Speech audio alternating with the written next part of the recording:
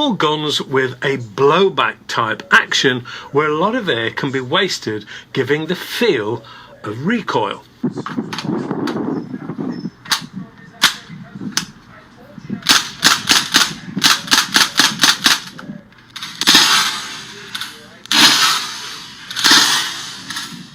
The other option is to use a larger capsule to supply a higher reserve of air. This normally takes the form of an 88-gram item, which naturally does supply a greater reserve of air, but it's heavier and bulkier and naturally more expensive. These are screw fitting heads rather than a clamp in method to pierce the capsule, but that doesn't mean these can be removed once fitted, because it still pierces the end, and removing it would result in losing all the air from them. The issue can be that sometimes these will also leak air slowly if left in the gun unused for long periods of time. And then when you return to use it, you find the capsule has emptied itself. This then becomes an expensive pastime. So some guns can take an adapter, which allows you to use 12-gram CO2s that will then fit into the adapter and into an 88-gram fitting gun. Meaning, if you don't use it for some period of time, the potential loss of air is only a fraction of the cost of an 88-gram cylinder. Of course, the adapter itself isn't a cheap item. Nothing ever is because Buy in bulk, it can reduce the price greatly. Another downside is temperature. The power levels bees or bearings, because they are easy to make and hence cheap to buy, so it makes the whole process more affordable to the shooter. It also means the barrel is usually smooth internally, as opposed to having a rifling inside, which is essentially a machining process that then spins the projectile as it is fired down the barrel. This spinning then continues after it leaves the gun and helps it maintain a straighter line and adds to the gun's overall accuracy. BBs don't normally have this because the steel of the projectile will wear and damage the barrel and over time ruin the gun's accuracy potential. So, smoothbore barrels for BBs, which means they aren't as accurate and hence not really suitable for any real target work or indeed hunting. BBs themselves come in all different styles and materials. This was supposed to go too. Reduce the ricochet. Mess at best. Pellets, pounds, and run the risk of overpowering it for the laws of your land. Otherwise, the gun will be set from the factory, where the pellet, in this case, is placed onto a tray, then pushed into the barrel with the bolt action itself, and then shot individually. You could of course have a gun with a simple rotating magazine in which you load several pellets and then via the bolt action the gun loads them individually for you from the magazine. Here is an example of loading a rotating magazine.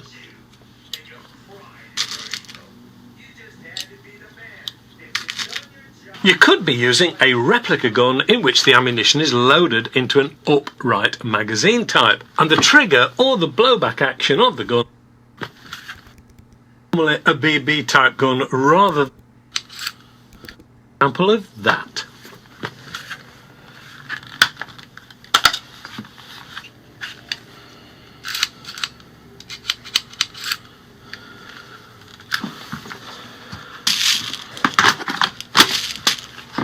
This is normally a BB type gun rather than a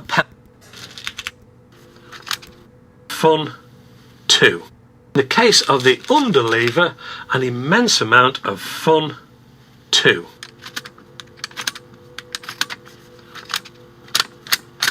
As the lever action ejects the used pellet shell holder and puts the next one loaded into the chamber ready to shoot, just like the rear firearms version would do. Like I said, great fun, and of course, once you've found all the empty cartridges, you simply load them up again and off you go. Some countries are allowed to have guns which are known as fully automatic, which means you're How's this about CO2? How you stop talking about CO2? most accurate with practice. It is single shot, and this one is the slightly higher .22 caliber and can be pretty much used for all different disciplines, so to speak. It is often affectionately referred to as the rat catcher, giving a hint as to and a pistol, and is also single shot or multi-shot with its own magazines, and comes with a silencer, different length barrels, detachable stock, again very lightweight and great for lots of different uses, especially as a lightweight small vermin tool. You can look towards a more traditional style of rifle with a wooden silencer or moderator, pellets, and even targets to get you started. This one does take the larger 88 grams cartridge and is a more complete kit, and as such is probably one of the most expensive ones here. But it does start to feel like it's a bigger, heavier rifle. One area that CO2 powered guns lend themselves to is the replica market. There have been countless famous guns in history, including modern history, and much like the pistol market, the rifle market is no different. There are so many different types, there is usually one to suit everyone's favourite. Here, both pellet is known as the Wells Fargo and is wood and brass with an 8-round magazine that fits neatly into the side and uses either the 88 grams CO2 or we'll take the adapter that we looked at earlier. Then there's the shell ejecting type, which gives that added realism. Neither of these are any good for any form of hunting. It's more an ownership thing, and these are very collectible and great plinking fun for all the family.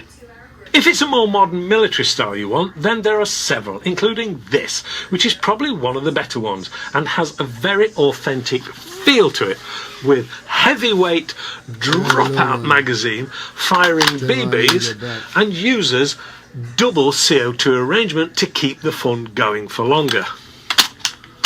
It has a blowback action for realism with accessory rails all over to customize it if you wanted to.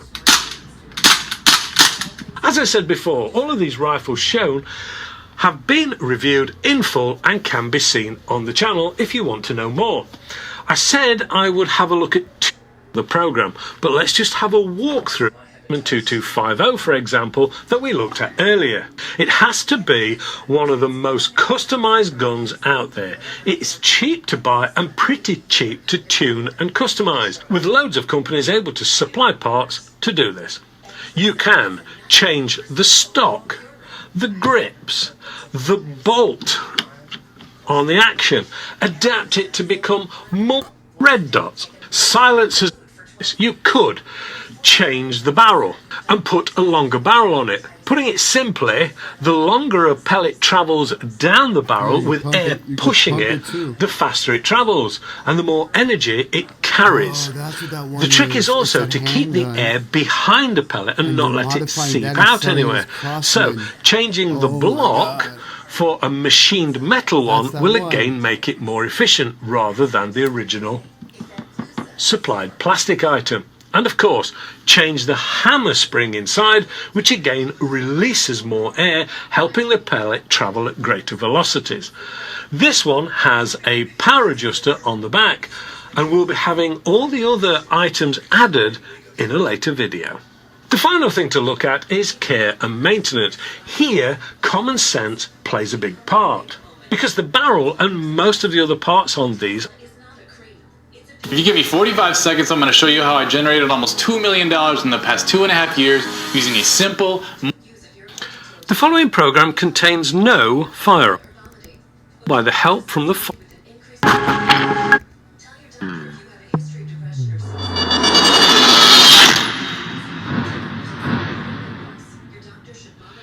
Hello and welcome to Andy's Airgun Review.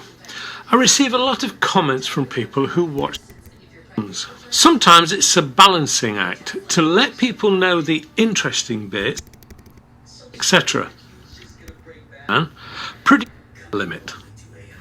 First, as much as possible. Rifles, FACs, which is great. First of all, let's look at the CO2 part first. Most guns use the CO2 12-gram cartridges, which are disposable, non-refillable, and are cheaper the more you buy.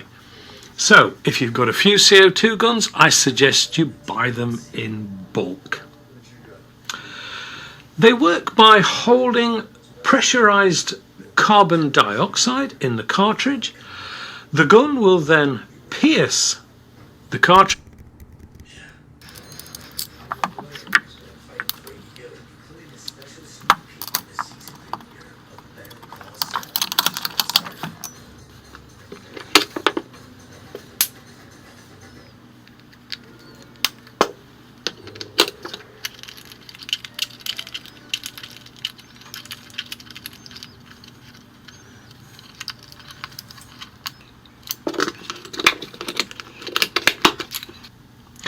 It's worth noting that some people use a cleaning CO2 cartridge in their guns from time to time. But I've found that if you use a drop of oil when you fit them into your gun, this will help keep your gun in tip-top condition and help look after that all-important seal. So once loaded, how much power do you actually get? Well, power is measured in speed and energy, and to make the calculation, you also need to know the weight of the projectile. Most pellets and BBs are graded in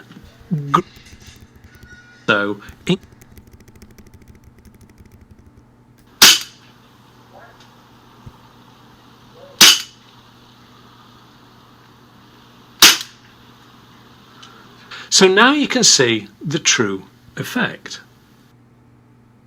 So you're telling me you want an American-made big bore with a German barrel that puts out over 400 foot-pounds of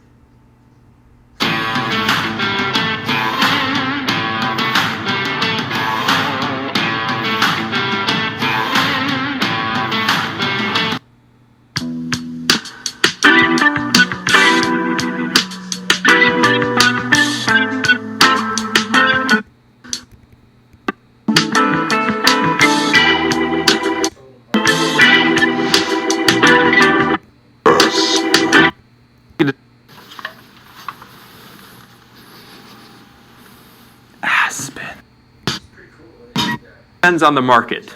This is the Seneca Aspen.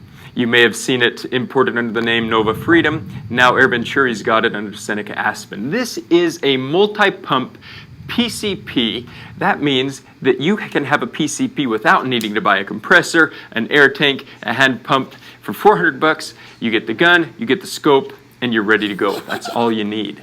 You still can fill it up with a, with a compressor, a hand pump, or an air tank. You can see in here, you just pull out this plug, insert your fill probe, hook up your tank, and off you go. Now, notice that the fill probe has a Foster fitting milled into the bottom of it. Why are you talking So you like don't a retard need now? to buy an adapter. This is come so when you convenient. like There's the no first 5 reason, videos I saw, manufacturers, why you shouldn't be talking like a doing this fucking on idiot. all of your fill probes. It makes it so much more convenient in my mind. Now, the way you'll probably typically fill this up is by pumping it. And all you have to do is pump it like that. This fills up to 3,600 PSI, which is really high. But even when you're getting up to 3,600 PSI, it's not hard to pump. It's really astonishing. A hand pump at that point is getting really, really hard to pump. I don't know what kind of magic they've got going on here, but and mostly you won't be filling up to that high.